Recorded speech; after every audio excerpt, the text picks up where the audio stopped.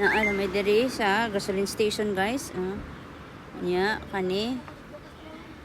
Karon guys, ang hitabo nagpagasolina may diri, no? Unya karon.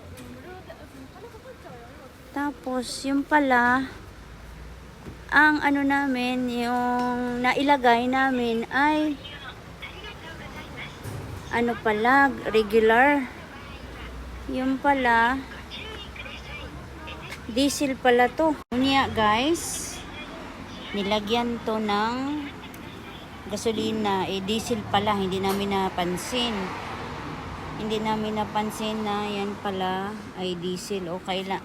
Kaya guys, bago kayo maglagay, kailangan talaga i-check natin yung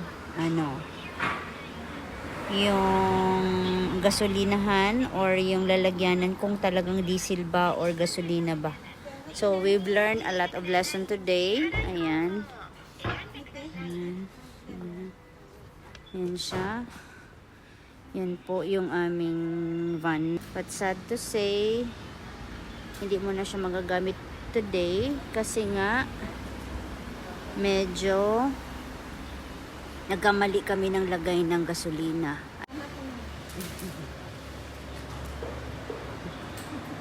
Sa lahat po na nangyayari, gusto naming magpasalamat kay Manong, yung in-charge po doon sa gasoline station ng Ineos. Hindi ko lang na-check kung saang bandang Ineos yun. Pero i-check ko later. Kasi dahil sa kanya kaya po kami na-save. Kaya po hindi namin napaandar siya. Buti na lang po at hindi namin napaandar dahil kung hindi, sira ang car. Dito kasi yan. Yan. Mga ganyan siya.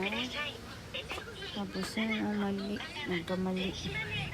Hindi napansin niya. Hindi niya napansin na diesel pala yan. Nakalagay dyan yan. Time check, it's 11:14. Ayan pa sila. 11:10. 11 na! 10 pa pala. 10:15. Time check, it's 10:15. Ito oras ko po ang friend dito. Alas 12 ba na? Ha? Alas 12 ba na din? 10. Nandito pa kami, nandito pa kami, nandito pa kami, nandito pa kami sa gasoline station. Hindi pa rin kami.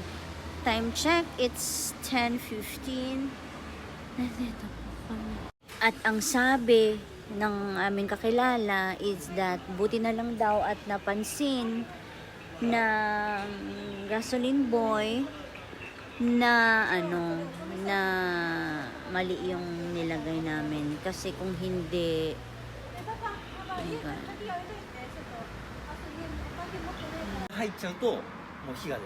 そうでしかもさ長いじゃん結局私たちが高速でボーンになっちゃうねだから命がなかった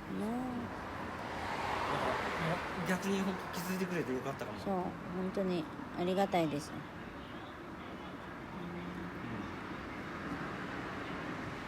そうだねだってセルフだからね普通はもう見ないんですよ見ないよね。でも本当よかったよ。よかった本当に私たちは女で帰るもういいよ一緒に帰るよどっちに30分だもん一緒に帰るってよかったバイバイでもタクシー呼んでもらってんじゃない？あもうやめた